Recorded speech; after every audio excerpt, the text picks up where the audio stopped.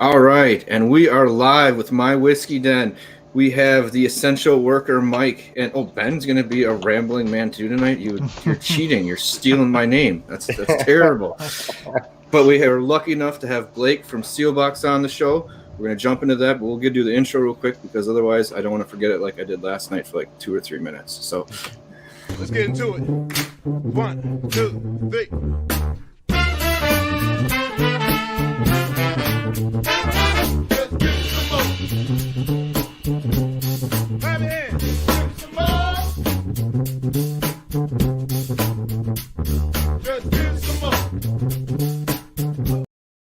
All right, and we're back now.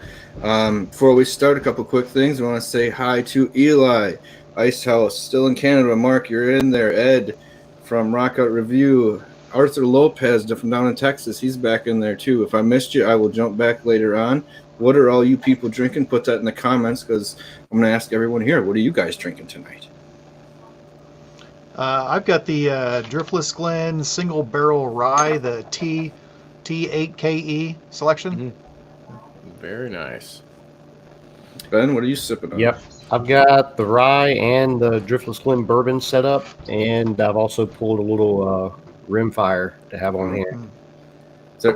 They're holding on to the Rua. They were having that last night. Shut up, Patrick.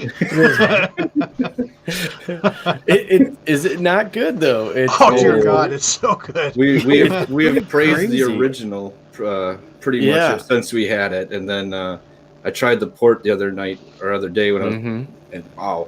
And so the sherry's coming, so I'm going to just wait for the other ones. But that is that was my surprise whiskey of last year. I wasn't ready for that, and I had it and kind of blew my doors off. So that was one so I'm actually drinking High Wire Rye tonight. Nice. Just hadn't pulled that one in a while, but may pull some Driftless Glen next. I feel like that sounds like the drink of the night, so I'll go with that. But that Rua, man, it was surprising.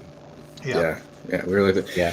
But like I was saying, Blake is from the owner of Seelbach, which is basically like I don't want to say but like a seller, but a shipper of great craft whiskeys. But you started out, I think, in 2013 with a blog. Mm-hmm. Is that kind of how everything kicked off for you? Yeah, so I started with, back in 2013, a blog called Bourbon. Still run the blog. And, I kind of started and it just seemed like there was a pretty crowded space for a bourbon blog. And I was like, why am I doing this? It actually started out as like an app to keep your reviews. Then I realized like, I'm not a developer. This is going to be way more expensive, but I can write blog posts for free. And started with that. And then, kind of got lucky with some things and started doing the Pappy Van Winkle release map, the Buffalo Trace Antique Collection release map, and a few of those other things. And I just transitioned into doing my own barrel picks. And this license became available. And so back in 2018, I officially launched Seelbach. Initially, I was just going to do my own barrel picks, but then it's like, hey, there's a lot of these craft whiskeys out here that nobody's really talking about. Nobody's really making them available to customers, and not just whiskeys, but all kinds of different alcoholic beverages. And I was like, maybe there's a niche here, and it just kind of took off from there. I think Rue is one of my favorites because I can remember cleaning out. Obviously I inherited some inventory when I bought the license and everything, and I'm like cleaning out, and I'm like, what is this? Rua? Like, is this some kind of cherry flavored? I don't know what it is. And I tried it in the actual little warehousing area, and I'm like, oh, I got to take this back to the hotel tonight. Like, this is crazy. It was one of those ones I'm like, I'm throwing out all these old vodkas and flavored stuff. And then all of a sudden I come across this. And so that one's always been a little bit special to me. So, no, it's kind of evolved from there and constantly bringing in new products and all that kind of stuff. So I'm going to jump back a little bit in time. Mm-hmm.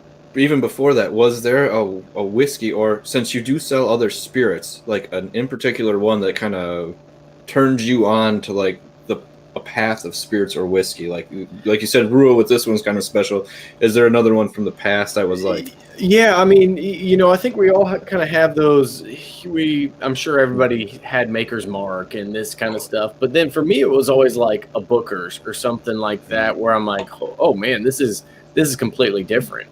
So for kind of the mainstream side, and then the first time I tasted George D. Stagg, I think I was hooked on like the chasing, the limited editions, and hunting, and had I known then what I know now, like it's probably good I didn't, because I drank way more whiskey back then. Some of these bottles, you just blow through a bottle, because it would be kind of tough, but you'd have to just find the right store and get some bottles. And it's not like we're talking decades ago. I mean, that was 2011, 2012 when a lot of that was going on. But then on like the craft whiskey side, man, there's been a bunch of different ones, but really like the stuff out of Finger Lakes, they've got their Mackenzie bourbons. I remember I was just doing barrel picks for the bourboner side, and he was like, "Oh, I want you to try these things," and I kind of put it off. He had sent me a bunch of samples. Finally, I tried them, and I was like, "Wow, this stuff's incredible!" And so I ended up making it the 5th anniversary of Bourboner back in 2018, making it the barrel pick for that. So for craft whiskey side, that was definitely one that stands out. Oh, I don't know if Nick Foles knows you, but he's saying shout out Duvall. I don't know. So I had this conversation with Fred Nick. Is this the real Nick Foles? Because I'm going to be, obviously a huge Jaguar fan. I mean, so like I don't want to like ask for an autograph in the YouTube video or anything, but I'm also a Bears fan, so I feel like it works both ways. But yeah, the Jacksonville bourbon and whiskey scene has definitely increased over the years. Now there's like 7 different bourbon groups on Facebook, and whereas back in the day, it's like, oh, there's 4 of us chasing this one Republic National truck around this. If we could just get him to pull over, we'd all be happy. Like, did somebody pay this guy off, and we'd just like it'd be a whole lot easier. Just kidding, we never did that. Sorry about that. That was well timed. Hold on here 1 second. Sorry, I just gotta do post junk here. All right, and we're back to that side.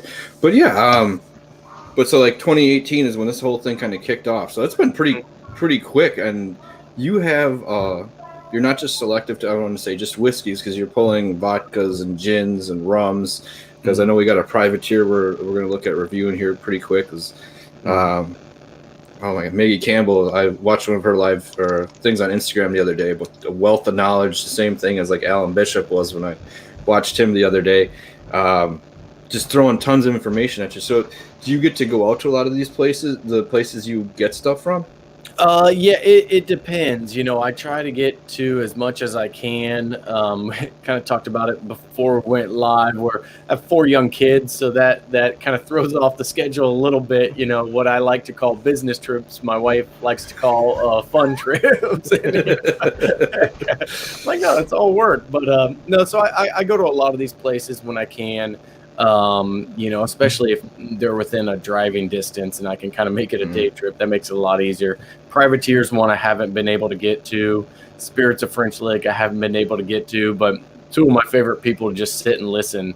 Them and the guys at Wilderness Trail. I've been to Wilderness Trail, but I always love it when you have these people who you kind of just start talking, and it's like, oh yeah, bourbon is this, bourbon, and then they just go on this whole nother level of like science and the defragmentation of the still when it's at the top, and I'm like, Alan, we got to dial it back like 6 notches.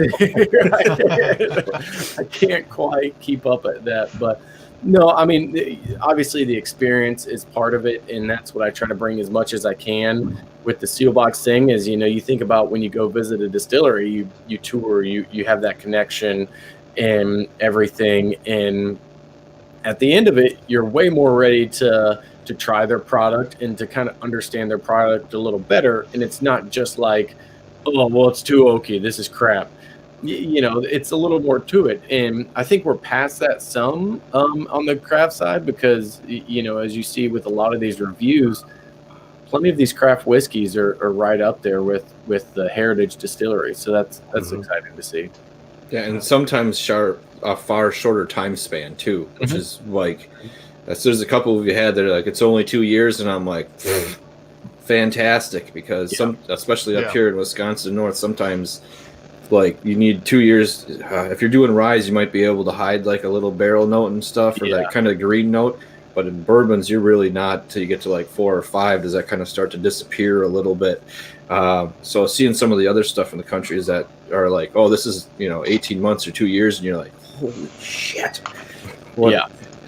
Yeah, and that's where I think like a new riff changed a lot of people's minds on bourbon. When they waited to hit that bottled and bond mark of 4 years and released and dropped the OKI, and I think everybody kind of was like, oh, hold on a second. Maybe some of these people who I've just kind of like passed over because they're a little bit younger, I should give a shot. So, you're still going to find plenty of bad bourbon at that age range, but I think there's way more good bourbon out there at some of the lower ages than people think. Yeah. So is there a spirit or I guess for the most part you're focused on American craft spirits, but is there one that you want to carry but you can't carry? Yeah, so the big ones right now are brandies. I feel like people are kind of embracing rums. Privateer's doing great things. Richland Rum's doing great things. There's one out of Colorado, I'm gonna mess up Montaigne, and then there's Maggie's Farms, and so a lot of good rum producers that people are catching on to. But brandy, for whatever reason, I don't know what it is. Even Armagnacs, like we bring in this 23-year-old Armagnac that's like unfiltered, cask strength, and people are like, meh, you got any Pappy or Blanton's? It's like, okay, come on, just give it a shot. And even like, Spirits of French Licks doing an apple brandy that's really good. Copper and Kings is doing some incredible brandies.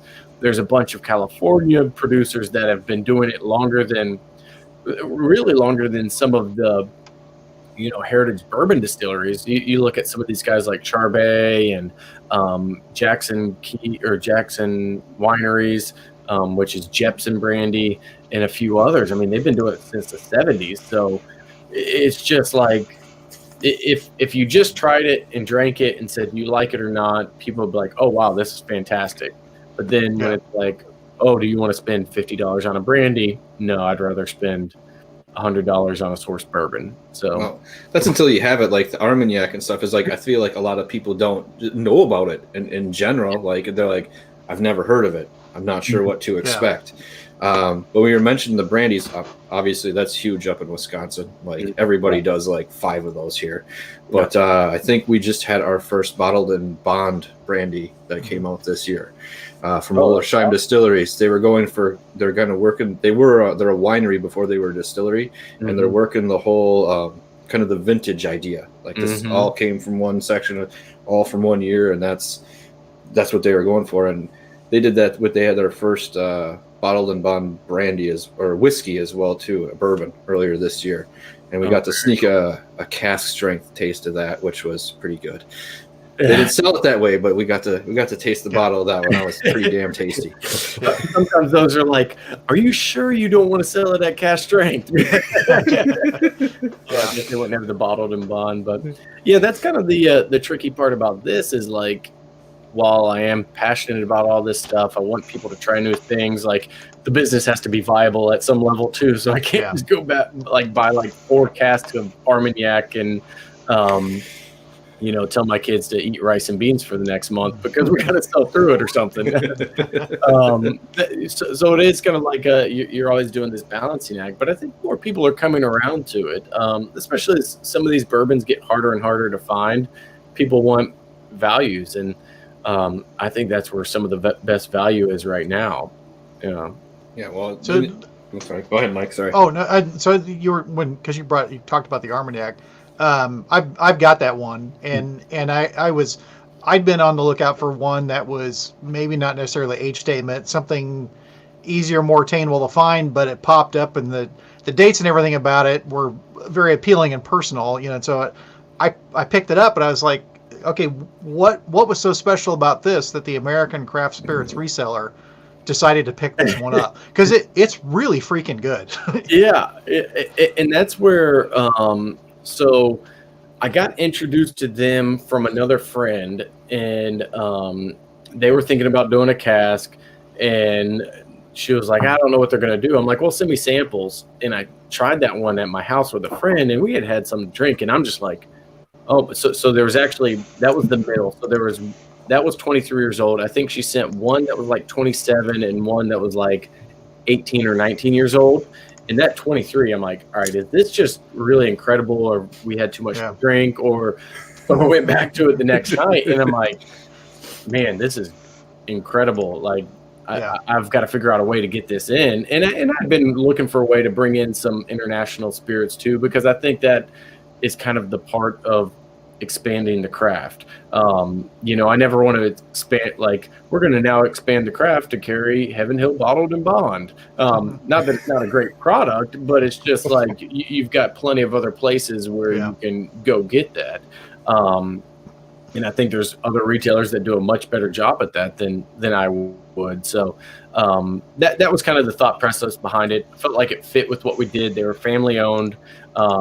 It's like the great nephew or something basically brought it back from what it was in the 1800s at D'Artiguillon. And I should probably pronounce that correctly, but I'm probably not. Sorry. No, so that's where it just was like, man, I love this stuff. So even if I have to drink 300 bottles of it myself, I'm willing to make that sacrifice. And that's just kind of how that one happened. Yeah. So That's how kind of active fun are about you in pursuing? barrels. Sorry, go ahead, Ben. I'm sorry. I was just going to ask, how active are you in looking for new distilleries and new craft spirits to carry? Yeah, so it's a little bit of it's ups and downs. There's times where it's like, man, I don't know if we're doing a great job of servicing the producers we currently have. Like, let's put a hold on this until we get some things figured out on like the logistics side. And then other times it's like you see somebody pop up and it's like, wow, I didn't even know that story, and let's try to reach out to them. So I'm always reading this stuff. So, and I have a little bit of advantage on the Bourboner side is usually if there's press or PR or awards or something new, I'm gonna see it. So like a perfect example of what is it? It's Frey Ranch or Fay Ranch. We just heard great things about them.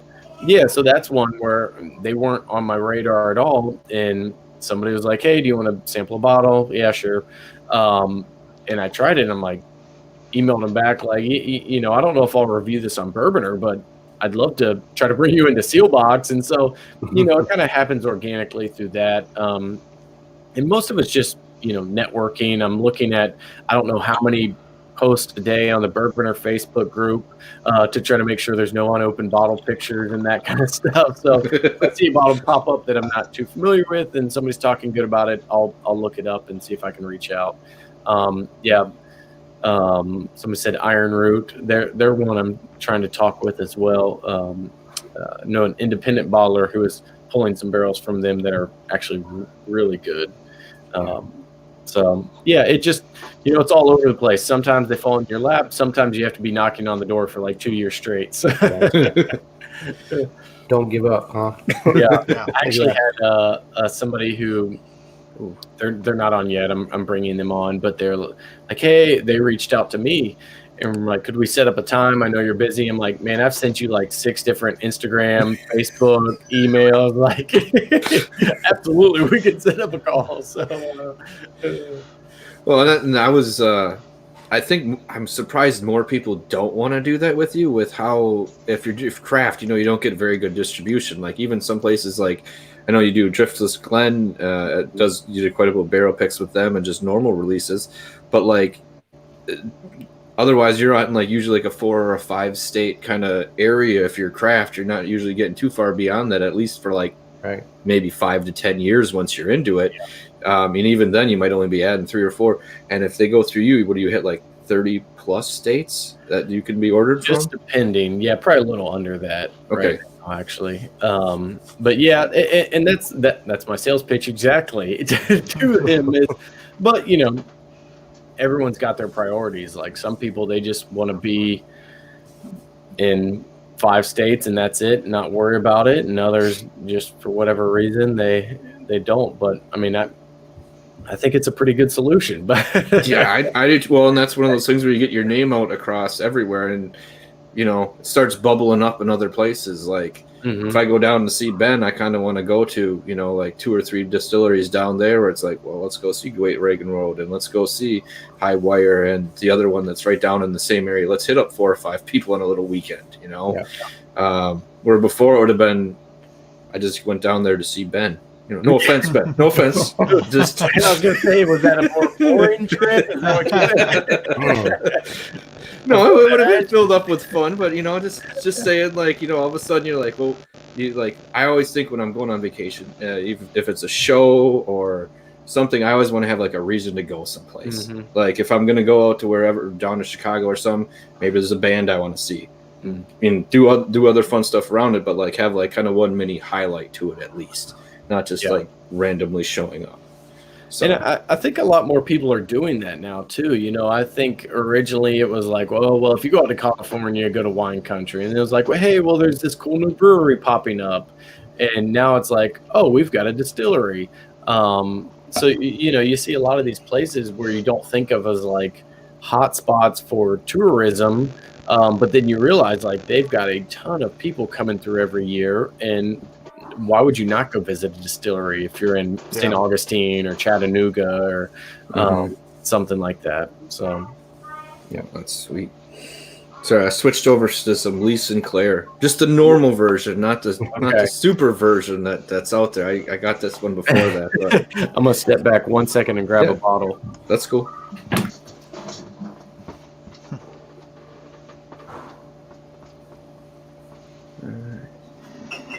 Oh, hey, Kyle. Welcome to the show. Nathan, you poking in there. Arthur, yeah, they do Ranger Creek already. I don't know if... Oh, you had covered that, Ben. Sorry about that. Yeah. Sorry, just answering some other questions in the chat real quick. I got to highly recommend for Balcones. So...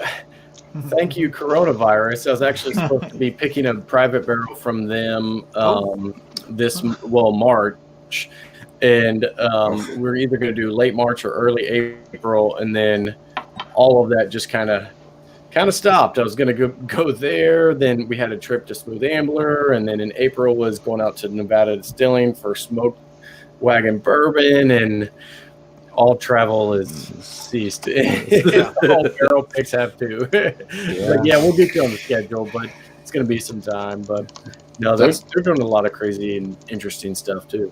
Yeah, I was going to say Jared does some neat stuff, and their blending room is pretty sweet. We know a couple people went to their master classes and stuff that they have, and that's pretty sweet.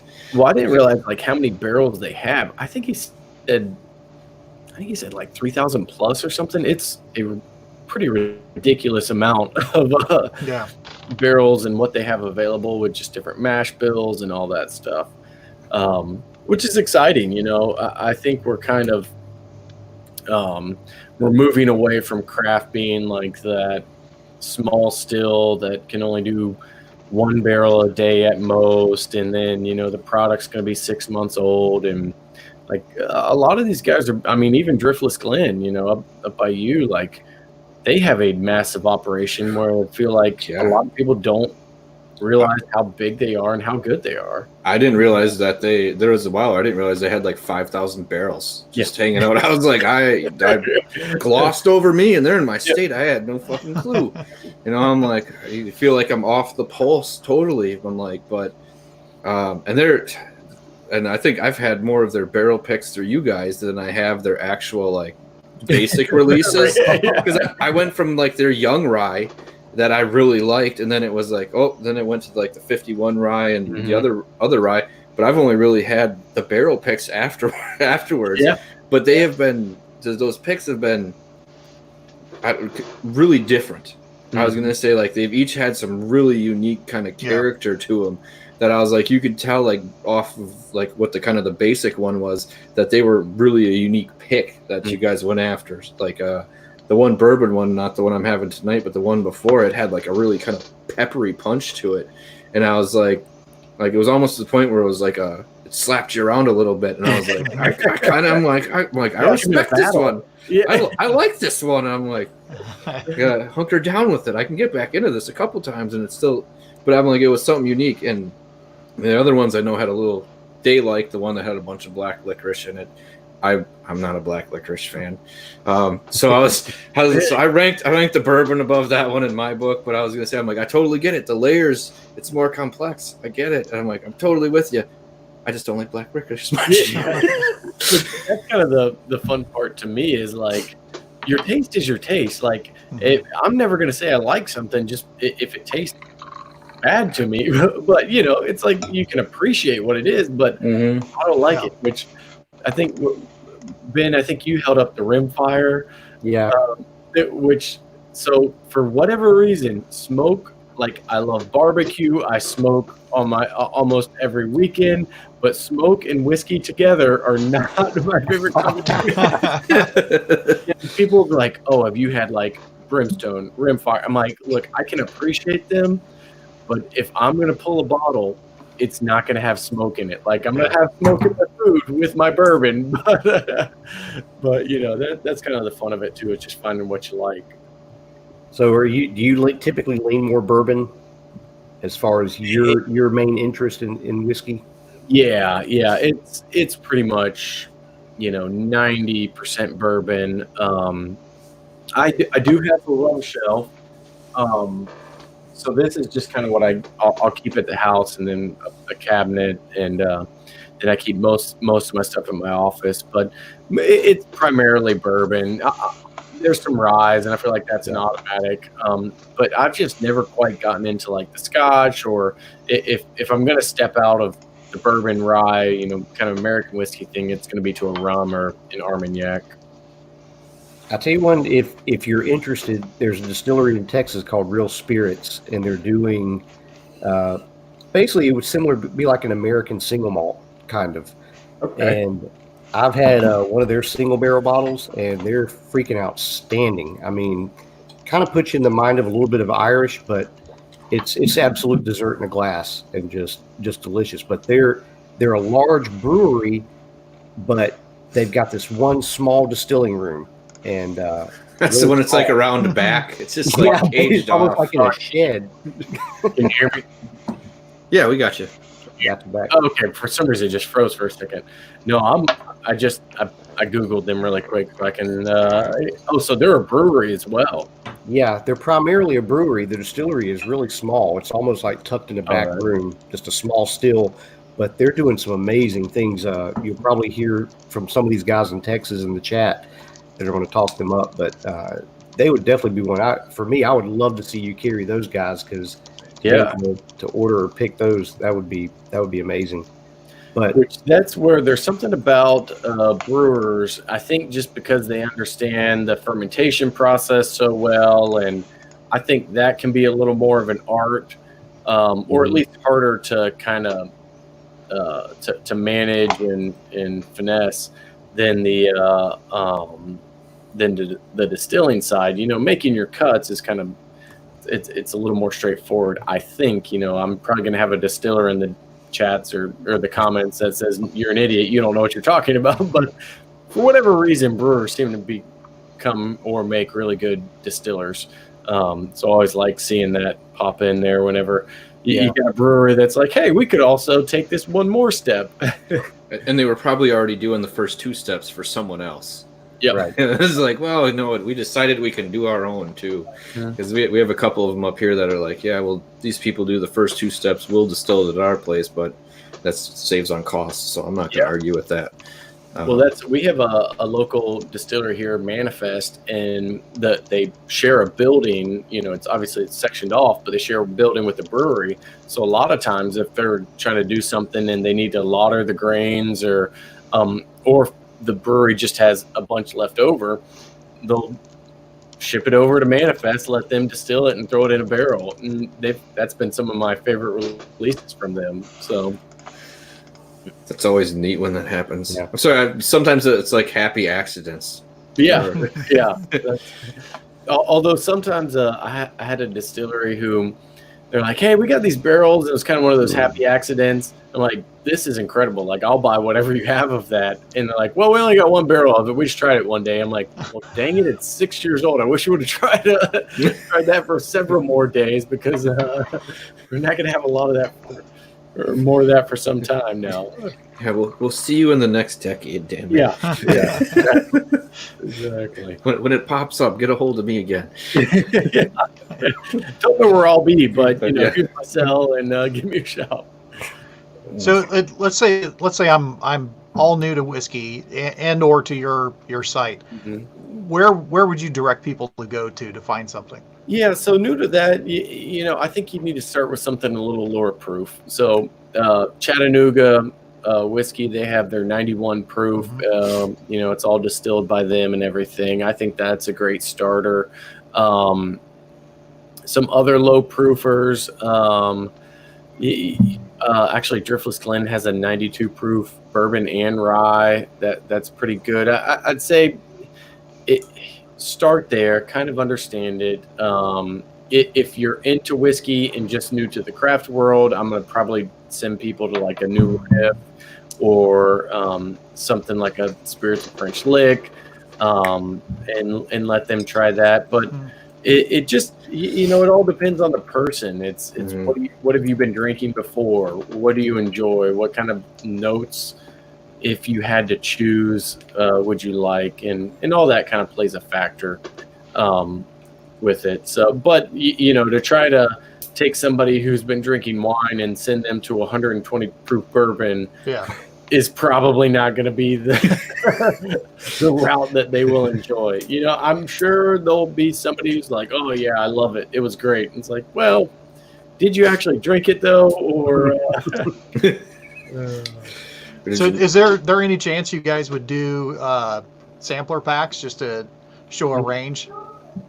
So we've actually been working with I won't say it just yet, but someone to try to put that together, both from even clear spirits like gins, so like 5 different gins from 5 different regions, as well as like smaller bourbons. The problem is I can't rebottle, so I have to get a distillery who's going to rebottle, and then to kind of try to package it together and like, okay, well, your bottle needs to be this size, and it probably takes the same amount of time and labor to bottle a 50 ml as it does 200. So so they're not nearly as excited as I am to try to do something like that. But we've been working on it. We've been talking with a lot of people and trying to pitch it to them like, hey, just think, everybody's going to buy these sampler packs, and then if they like your product, they're going to come back and buy the regular bottle. But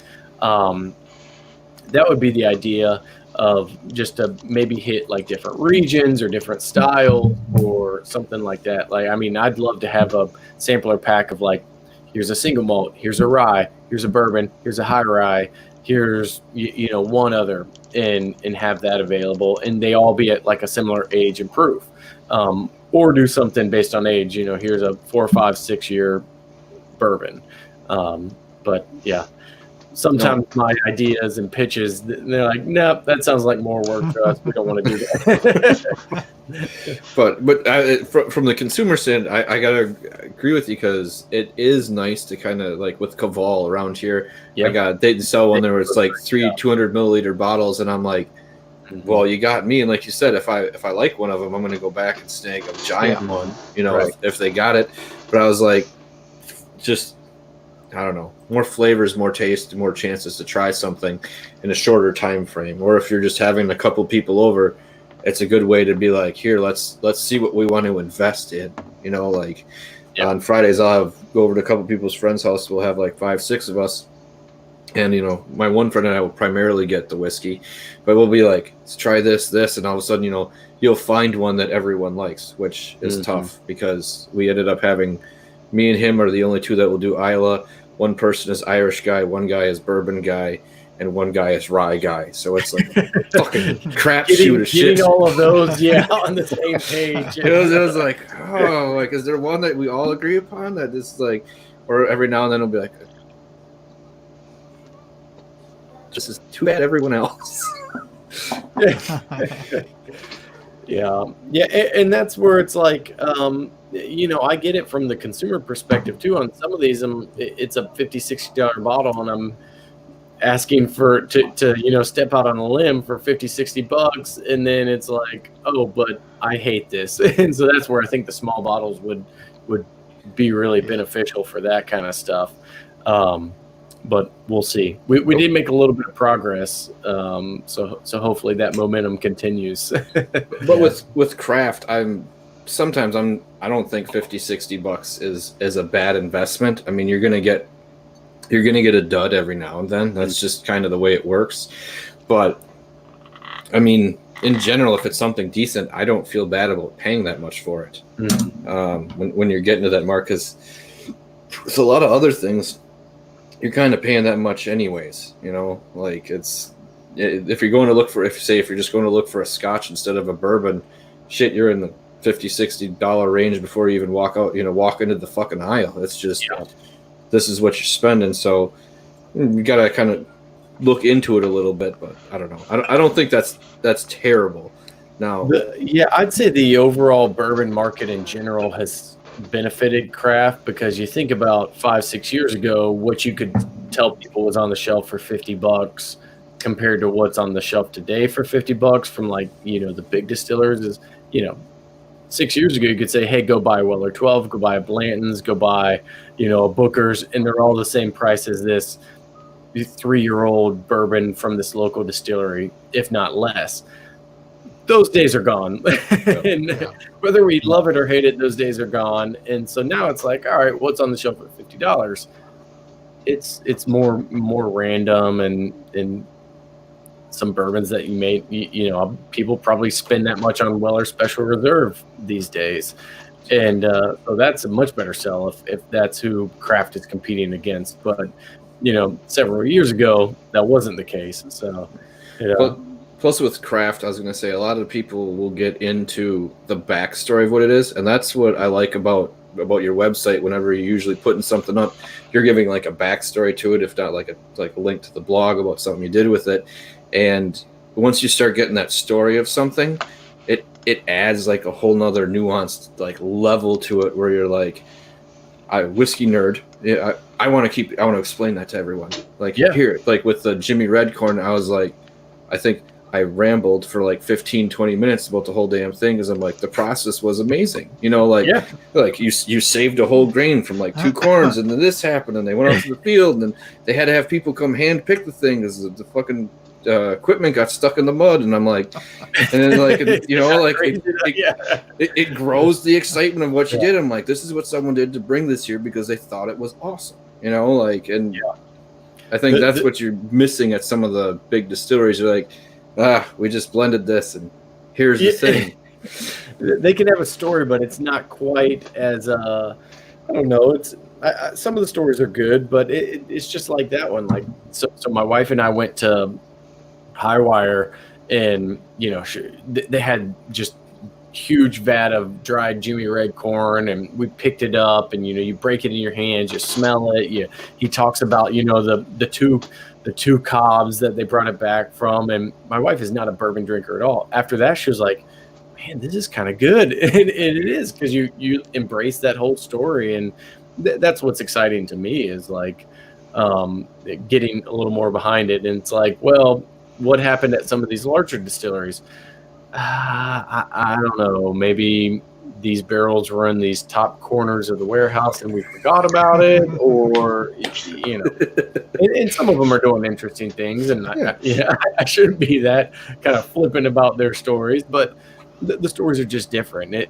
It's less about the grain. You know, they think that the barrel is the biggest ingredient, and it's like, hold on, like all these cognac and Armagnac and other brandy producers focused on the actual source ingredient, whereas bourbon has just said, well, corn gives you sugar, then you get 10% rye for your flavoring, and then the rest is the barrel. It's like, you know what?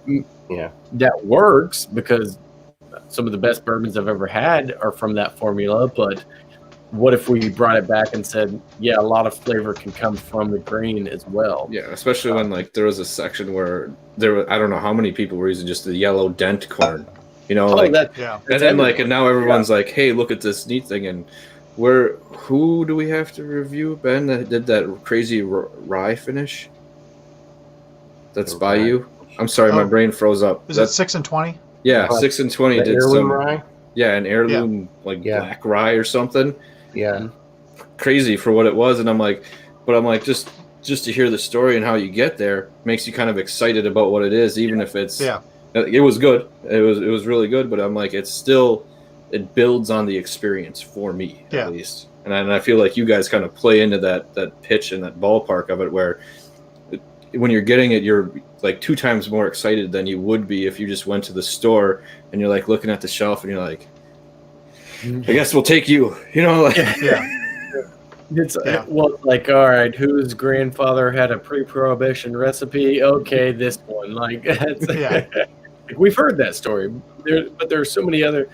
You know, there will be distilleries who you talk with them, and you're like, wow, that is awesome that you do that.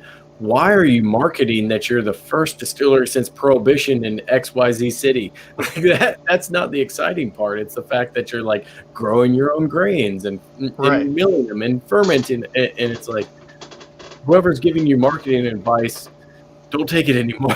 Yeah. You walk into like a Total Wine or anywhere now, and the sheer selection that's there.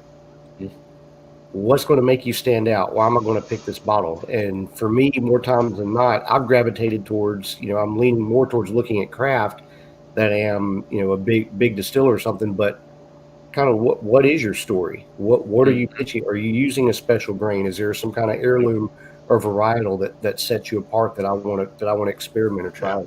So hearing that same story, okay, I'm the first distiller, since Prohibition in such and such city.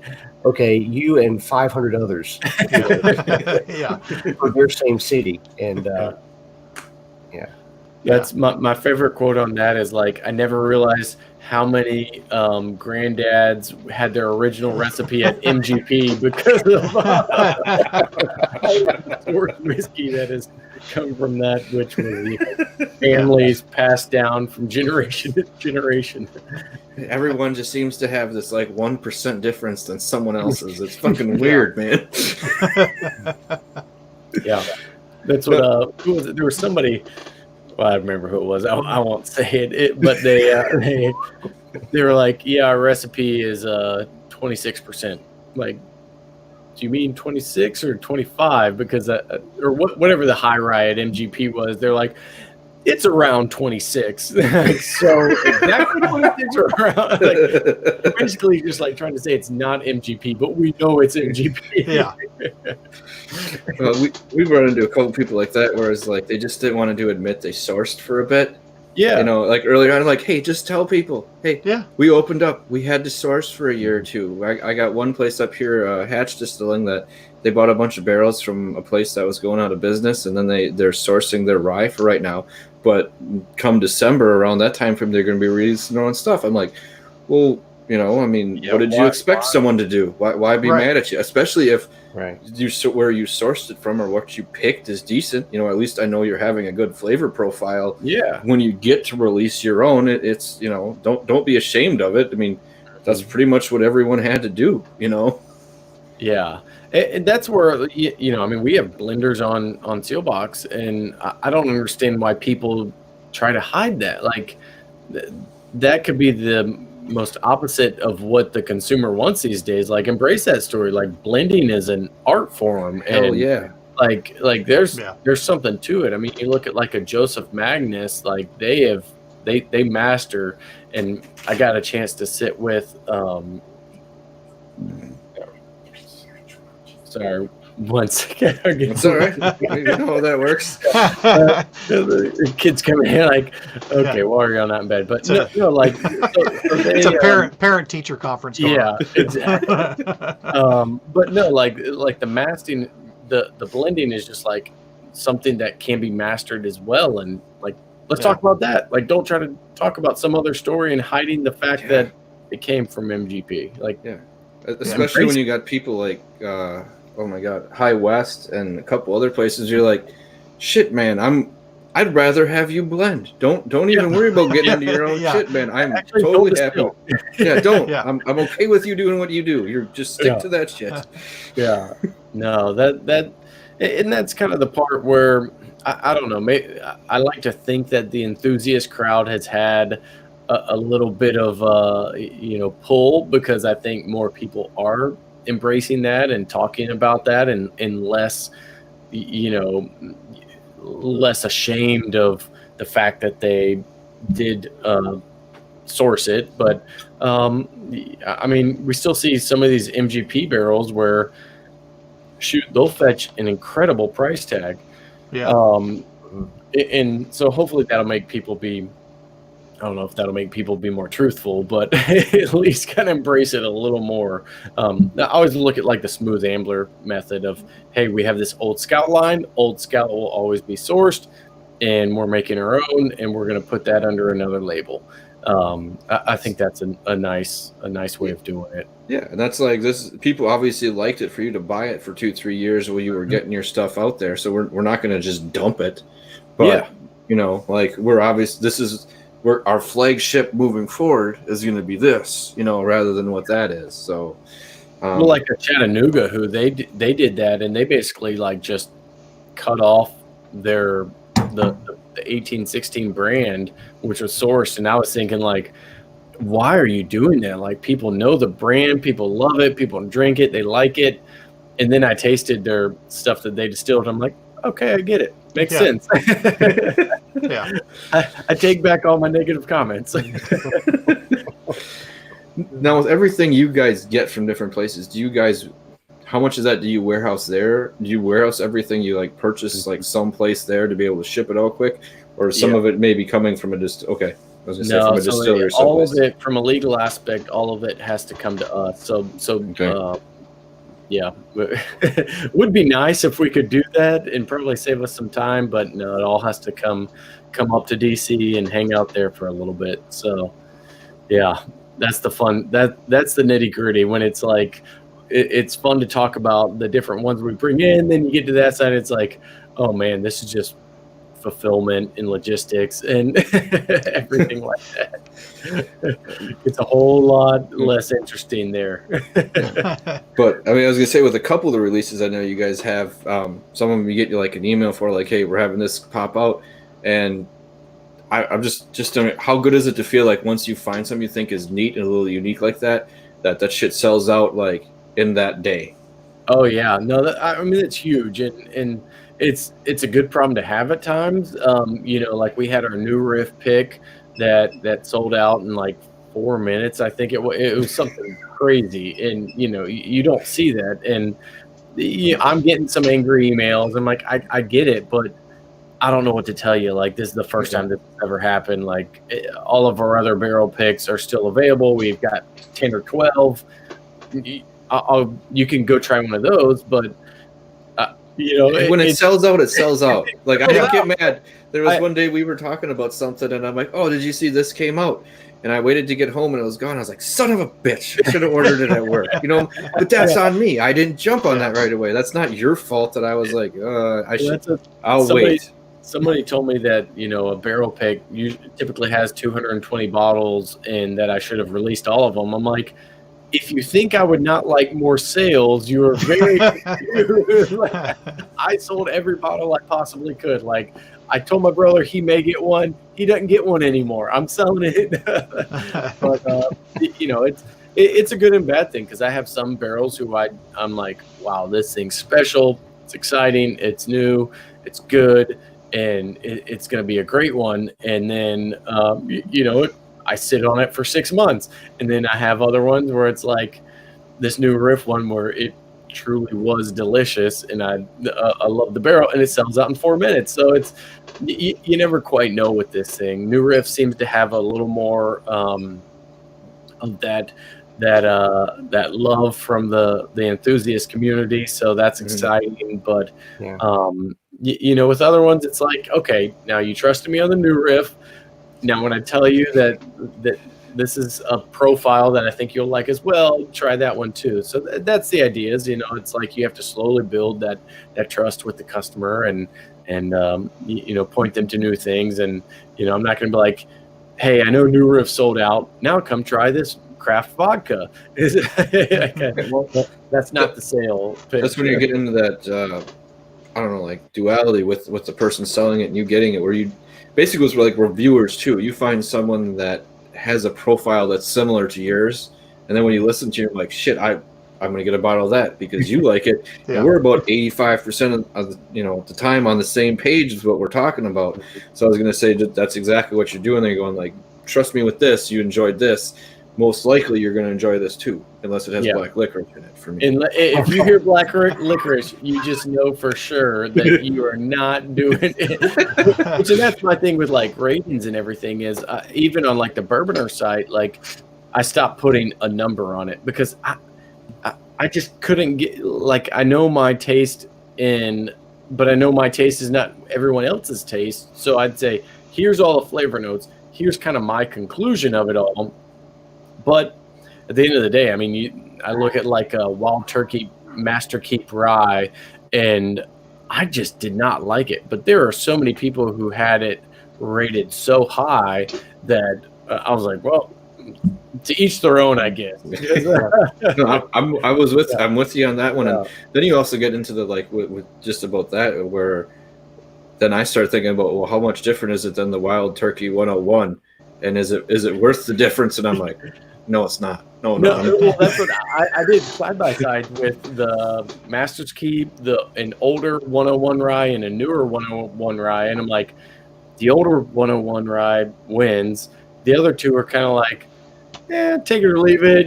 Probably would take the Master's Keep. I think it's a little bit better, but for an extra $170, I don't know if it's that much better. But some people rate it as like their whiskey of the year, and even like the Parker's Heritage, I saw it won best in class for rye from San Francisco, which I just thought it was not good. It was not my thing at all. But hey, who am I? I'm just a guy on the internet talking about whiskey. So. I also think that's more honest. I don't want to say more honest because I get why people rate stuff, but I think trying to hit like flavor profiles is almost more important than rating it, because it just, I don't know. I hear like you said, I hear someone go like, "Oh, this is an A," and I'll go grab it, and I'm like, C? This is fucking C, man. Like this is best. Just barely passed. Yeah, it barely passed school, man. This is not okay. Like and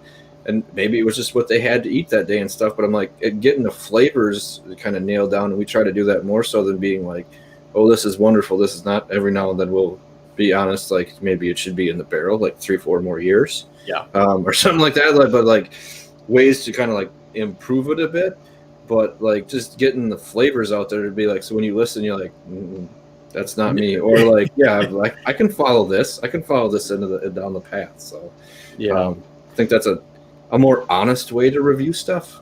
I don't know. Which and I still have like my people who I have been reading and watching for a while. So it's like, all right, if they gave it an A, I'll go try it.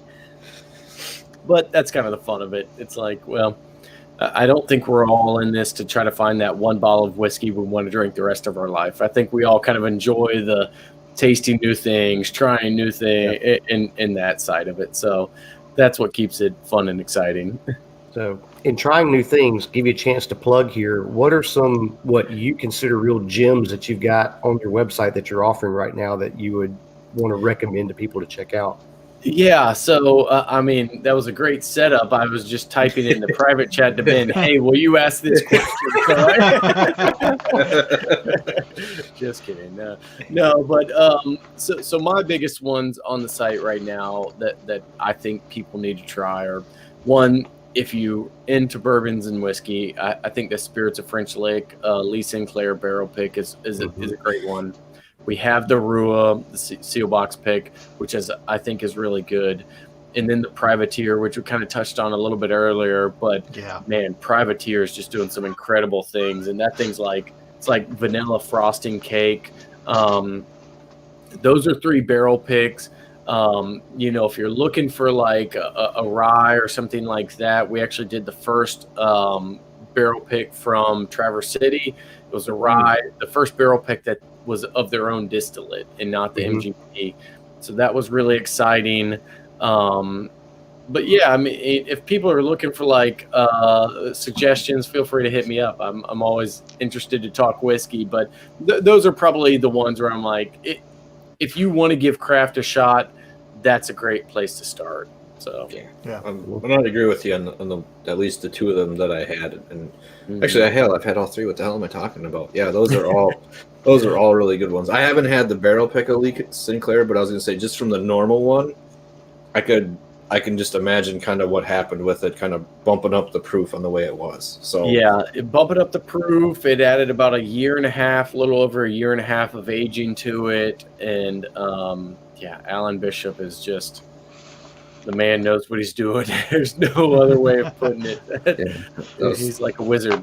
Yeah, we posted one of his little tour he did the other day on the webpage, and it's like listening to it. I'm like, oh, this is like a master class in Indiana history, and then it like rolled into like distilling, and I was like, this is one of those days I should have a notebook out and just be like taking down fucking notes as we go here. I'm like, he's giving away the whole shit and doesn't care. He's like, go ahead, see if you can make something better. Go ahead, make something better than this. This is what we're doing. And I'm like, you never quite know what you're going to get a lesson in. It could be anything from like, history to distilling to farming to seeds to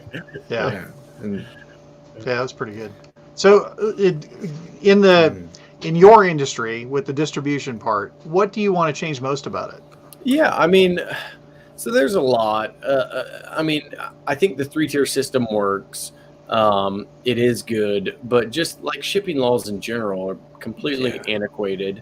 You have the Supreme Court ruling this summer where basically they said, we made the manufacturing, shipping, and distribution of alcohol legal. Why are we here? So I think that's the biggest thing is you just got to open it up a little bit because, I hate to be like, I thought this was America, but we get questions all the time from people like, hey, I want to buy a bottle, but I'm in Texas. It's like, well, sorry. And these people, so you're telling me if you live in Texas, your only option for getting this bottle is to drive to, Wisconsin to go to Driftless Glen yourself, pick up a bottle, put it in your bag and drive it back home. Like, so that's probably the biggest thing. And I do think it's slowly changing. Kentucky just passed a law about people being able to ship directly from distilleries, which I think is huge. I mean, it doesn't benefit me in any ways, but it does push the industry forward a little bit, which I think is good. Yeah. So I was kind of concerned they'd take that away once this is done, though, too. Yeah, well, I don't know. It'll be interesting to see because, like, a lot of people like Pennsylvania and Illinois, they're like really pushing the shipping and everything while they're, isolating. But I don't know. I'm sure those will go away. Kentucky House Bill 415, I think it's 415, whatever it was. I think that one's here to stay, hopefully. Nice. Well, I think it'd be really hard for him to retract that. Yeah. But it just it's only a matter of time that all that opens up. But I think as enthusiasts, we'd like, even shoot, if there's laws that like put me out of business, I don't care because at the end of the day, like I think we should be celebrating some of these producers and making them more available. I think I'll always have a niche with like barrel picks and that kind of stuff, no matter what. But so that's where I'd like to see it go. Like you were saying about getting it from other states, that there's always mules that happen that can find you bottles from someplace else. but those mules sometimes get really tired, and they're like, "Hey, I just really wish you could get this yourself, and I wouldn't have to be involved anymore." Yeah. But so that's just what I liked about it was like, you know, like just with the three of us, like with three completely different states, it's like, well, we can all get our own bottle and be completely happy, you know, or you know, ship one of to the other people. But I was gonna say it's much more accessible. You know, you can all be talking about the same thing rather than be sectioned off when you're talking about craft stuff. Like, oh, this is what I have. No one else knows about it for 10 years from now till it gets like a super big name. And I think you guys really help unifying the craft world, kind of. Yeah. In that aspect. Yeah. And that's kind of the idea, is keep it somewhat vetted.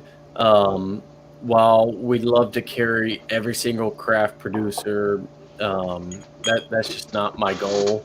I want to keep it as vetted as possible, have some of the best ones that I've come across, and just leave it at that. Or, you know, do you miss some people because of it? Probably, but at the end of the day, I'd rather have people coming on the site and not have like 4,000 options in vodka, and you know.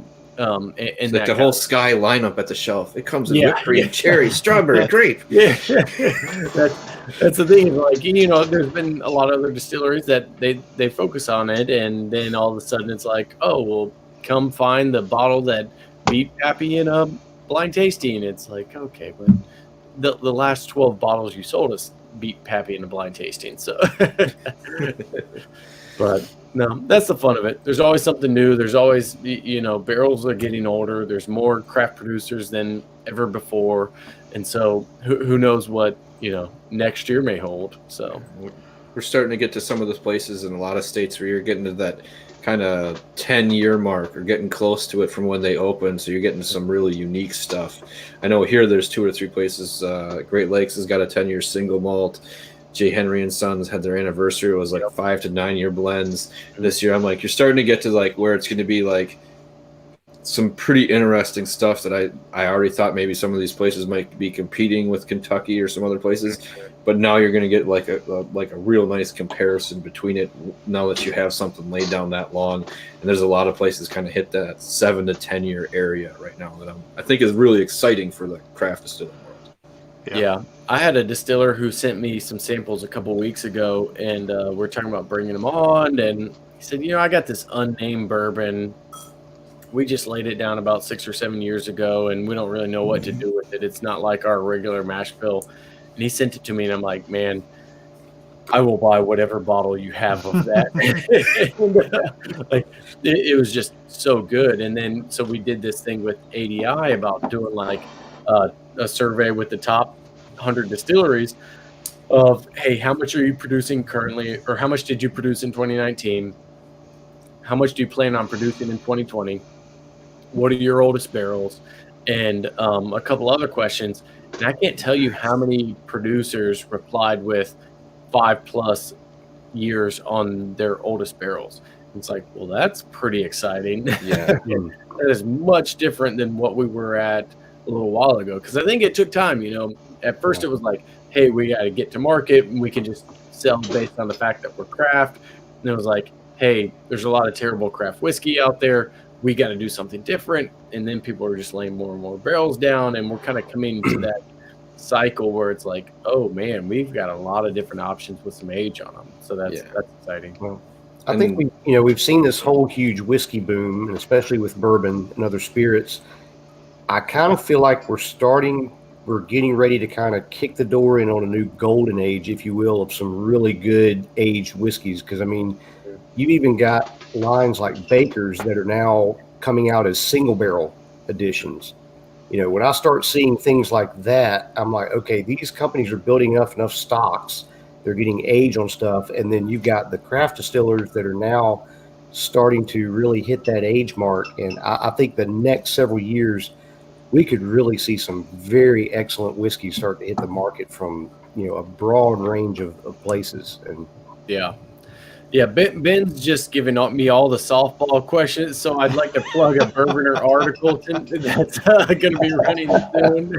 No, so I did this thing for Bourboner where I started looking back at like, hey, when did we start talking about the shortage? And so when it was like, I think it was like March of 2013, Buffalo Trace was the first one that really came out and said, hey, we have a bourbon shortage. And so that's 7 years ago now. And there's been literally billions of dollars invested by a lot of these distilleries since then to increase capacity and all that. And I was talking with Buffalo Trace, and they said, yeah, in 2012, we decided to make 5 times the amount of Buffalo Trace that we were currently making. And so you talk about all that's ready. You know, Buffalo Trace is 7 to 8 years old. They're doing that in 2012. So they got 5 times the amount of Buffalo Trace, but how many more consumers are out there, or like what's going to be next? Like, or is it somebody moving a Baker's to a single barrel where we get all these cool single barrel variations and all that kind of stuff? So I think it's an exciting time to be in bourbon overall. Yeah, and then you might actually see like another line pop up where it's kind of like the Beam stuff where it's old granddad turns into Basil Hayden at 8 years, and then it turns into this, and they're like, well, you might have another whole nother release that happens because of that extra stuff you made, which I think is exciting for me. Like we don't Knob Creek store picks that are hitting 14 and 15-year-old, you know, that are amazing value. And yeah, they'll be like $50 or so, and it's like you're telling me a 15-year-old bourbon is going to be $55? Like, that's a no-brainer. Yeah. And we don't want to keep you too long tonight, but I got one other thing to ask you about. You, compared to like a lot of other places, you make it extremely easy if someone wants to do a barrel pick with some of the people you work with. I find that really interesting because a lot of times it's a huge pain in the ass to kind of get everyone on board and kind of get a certain amount. So I'll do this, but you have a really kind of neat system, and you do it with, I think I was looking, maybe 10, 12 distilleries that you work with, maybe more, where it's much more accessible than for the average person in general. I found that really kind of neat, and a really kind of exceptional service, because that is a big pain. Otherwise, you have to find a distributor that will help you out and kind of have half or 3/4 of it sold before you do anything, which still made with you, but I'm like, it's there and you're open. You're like, hey, we can do this if you want to do it with us or through us, which I think is really a neat exception to the website that you guys run, or the whole company. Yeah, and that's just kind of going back to like where I came from on all of this. I was doing barrel picks, and I think we've all been down that road where it's like, all right, I'll do a barrel pick. I know this guy. Then this so and so will ship them. Then so and so will mule them. Then you PayPal me all the money. It's just like, man, does it have to be that complicated? So kind of early on, I mean, the idea was just to do barrel picks. I was like, could we make this easier for all these groups that are out there? And it's self-serving in the same right, where I'm like, why don't I direct them to some of my favorite craft distilleries? But at the same time, like, we're set up to do this. Let's try to push this forward as much as we can. Just because, I think it's one thing where a lot of retailers and everything, they're not set up to do it, and it can be a pain, and they want, I've had to prepay those invoices. I had to prepay in 2015, I had to prepay a Blanton's invoice, and was sweating to death that I would make enough to cover my costs on the like, you start to sweat it out. You're like, I really don't want to give you this money. Yeah. Well, now I'm like, man, if I got a Blanton's barrel, I would just be living large. But so I've been down that road, and I've seen those cases stacked up that gotta come home in my truck. So yeah, we try to make it as easy as possible and make it as accessible as possible. And so if we got distilleries that'll work with us for like half barrels or quarter barrels, and it's like, yeah, I mean, I think that's an important part of kind of the bourbon and whiskey ecosystem, to make those things accessible and to have kind of that special bottling. So we do the best we can with that. Yeah. Oh, and If it really is Nick Foles, I want an autograph too. Because I'm a Bears fan, but he's bringing back up. It would be awesome to have like a Buffalo Trace like barrel proof version of something, and I can't argue with you there. I would be excited to try that, and contact us, contact Blake. We both want to talk a little bit more. Hell, you can come on a drinking stream. We'll probably be having in a couple of weeks. We'll pull you on, Nick. I don't know if this is the real Nick Foles or not, but Fred Minnick told me Nick Foles is actually a bourbon drinker. So, which is also a Liberty University online grad. So that's we got another connection. I'm just saying, just bring it up. Get a hold of us. We got email addresses. Now, are you a Bears fan? Is that? I am. I'm in Green Bay, and I'm a Bears fan. So. I was going to say, because I feel like that's like forbidden up there. it kind of is, but I grew up when the Bears were good, and the Packers were in the middle of this 30-year disaster of just kind of like what the Bears have been doing. For a chunk of time. Early. But yeah, I was going to say there was a while where I remember going to Packer games, and like the most exciting part was getting like 3 hot dogs when I was there. With my dad, like, let's go get 5 hot dogs. It's only going to be like $10. It'd be fucking awesome, like come back or the UW marching band at the end of the game. Like, well, we got to stay to the 5th quarter because UW band is here. I'm like, well, it was better than the game. You were right, Dad. I grew up in Chicago. My dad was from just south of Chicago, so like. Growing up in Jacksonville, Florida, like we didn't have the Jaguars yet. Like all we had was Florida Gator football, and so it was like Bears, Cubs, Bulls is all you had. But then like being a Bulls fan in the '90s was incredible. Yeah. Being a Chicago sports fan until like the Cubs had their World Series run. What was that 2016? 16, yeah. 16. Yeah. It was pretty dismal. Like watching Bulls games now is still pretty depressing, but someone asked me about what do you think about them. I'm like, I'll be honest, they make a lot of bad decisions. I'm still a fan, but I'm like, I see them do shit, and I'm like, no, that's just not right. Although, so my father-in-law is a high school football coach, and so one of the Bears corners played for him. So I'm like, at least if nothing else, I can see if Tolliver's on the field and kind of have a little bit of that. Other than that, not a whole lot going on.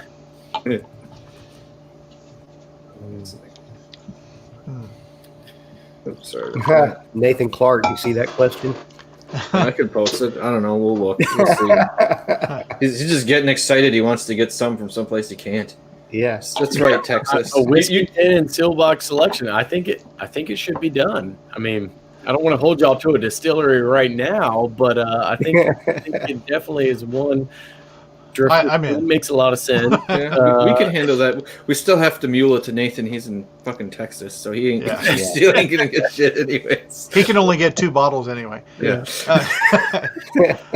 So one thing I do have to say, which is it's a pretty good compliment to the site, is the way that the whiskey is described and presented.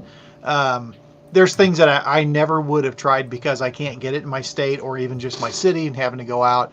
But, one that I've gone through more than my share of bottles of the Chattanooga 111. And it's stuff like that. It's like I would never have come across that before. And like I said, I've gone through several and the Driftless Glen single barrels, those have been an absolute blast and a roller coaster ride. They are so horribly unique that you can't just say, oh, this is definitely a Driftless Glen. Yeah. No, you don't know that because this one's 2 years and 6 months. This one is 4 years and 2 months. This one is this. And I gave a bottle to somebody and they described it as, this thing is asking for your safe word when you go to drink it. And he was right. I mean, it was one that it was just an absolute roundhouse kick to the face. And it was fantastic. But the stuff that I've gotten from the site, I've not been disappointed in anything, and I've been very grateful to have the variety and the experience with some of these that I would not get otherwise. Yeah. No, I appreciate that. And that's kind of the general idea is like, hey, let's kind of go through these together. And to me, that's the fun of single barrels is if I gave you, hey, we got 5 driftless blends available right now, and they all taste the exact same, and they're all going to be on a similar rye profile. It's like, I don't know how much fun or excitement that is, or why you would try a different one. But if we got 5 different 5 different profiles on these things, like that's what I want to drink. That's what I want to try and experience. So, whether it's the wood, whether it's the, where it was in the warehouse, I don't know, but that's kind of the fun of it. And so it always is very very cool and exciting to hear people kind of get that aspect of it, because you get the feedback of like, well, I hated this one, it was terrible. It's like, okay, you didn't like it, I get that, but why didn't you like it? Tell me what you do like, and we'll point you in that direction. So no, that's cool to hear. In the chat, Patrick Foreman was just saying he went to the actual launch party of Chattanooga 111. That sounds, I don't know. Like you said, it's always that would be another thing for me. That would be like kind of building on the history of something you did. Is like, oh, I was there when this thing launched. Yeah. You feel like you touched a little bit of history, and that's awesome that you did that. Chattanooga one, I think, is one that may be a little bit of history that you they're doing a lot of cool things, and it's pretty exciting to see them grow and get bigger, and they're just expanding. So that's pretty awesome. Yeah, that whiskey, it says it's aged just over 2 years. Yeah, or it's only stayed over 2 years. That's incredible. Yeah, it really is, and you hear them talk about like how many iterations they went through to get to that point.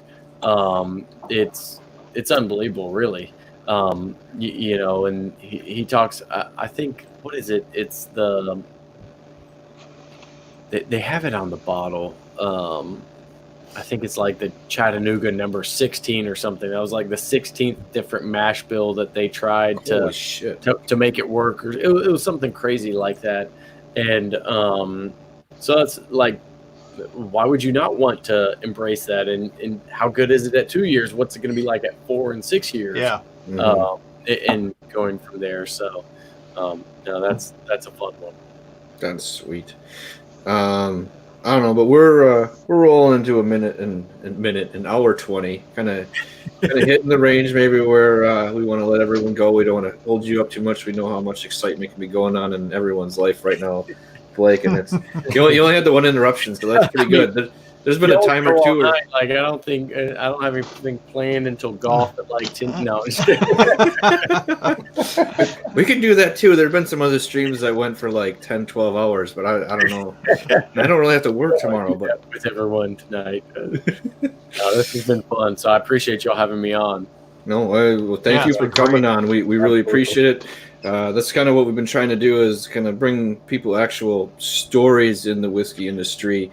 And especially like you're doing, not only are you doing it, you're bringing the stories of other people to everyone else, which is kind of like this extra step that we're kind of just trying to kind of tread on right now with kind of this an evening with series, which next week we'll be having Fred Swanson. See, had a few drinks while we've been sitting here. Fred Swanson from Dancing Goat Distillery, and he's going to be talking about their Solera system they use with their whiskey that they have. It's aged and used in new oak, and then they use like a Solera system afterwards to kind of bring it together in French Limousin oak. So he's going to be on talking about that and a couple other things from them next week. So check that out next Monday. If you haven't, go check out Seelbach. Take a look at what they have there. There is some really excellent stuff. I haven't been disappointed by anything I've gotten there. And Ben, you put that away. Some of us are upset about him doing that. There was a day where we did a review of Rua, and I went to go buy my own bottle, and like we did it, and like 2 days later, gone. Next time it came up, that was the day I didn't buy it in the morning. Fucking gone at the end of the night, and I'm like, God damn you people! I'm like, we're not talking about that anymore. Yeah, like you don't bring I heard that from more than one person too. They're like, I went to get it, and I'm like, well, I go to look, I'm like, Damn it! Well, at least I have a bottle. So we vaguely took credit for that we shouldn't have done, but we did on the channel just to let you know. Distillery, so. Oh yeah, you went to I think you got yours from the distillery itself. That's cheating. Yeah. But like I said, we haven't run into anything that we thought was bad. So like your taste choices have been excellent with what you're doing. Yeah. We're really happy about it. We're happy you came on. If you ever want to come back on, you got anything interesting coming up, we'd be happy having on like half hour, whatever. You say you got something new coming out, we'd be happy to let you come on and tell everyone about it, because usually the people in our channel are pretty into the whiskey in depth, and a couple other, they're open to other spirits as well, as being something that they're worth trying and getting into. So thank you very much, Blake, for everything. We really appreciate it. It's awesome. Well, I appreciate it. You know, it's always fun to, you know, you kind of have this thing in your mindset of what you're trying to build, and then when to kind of hear guys who like, oh yeah, this is how we think about it, and it's the same. So that's always exciting to hear. So I truly do appreciate that. So thanks for having me on. No, we do. Awesome. And then remember from our den, each one of ours, we all have a little whiskey in the background tonight, so that's looking good. I'm digging that. From our den to yours, it's not the size of the den that matters. It's the love of whiskey. Cheers, everybody. Cheers. Cheers. Let's get into it. 1, 2, 3.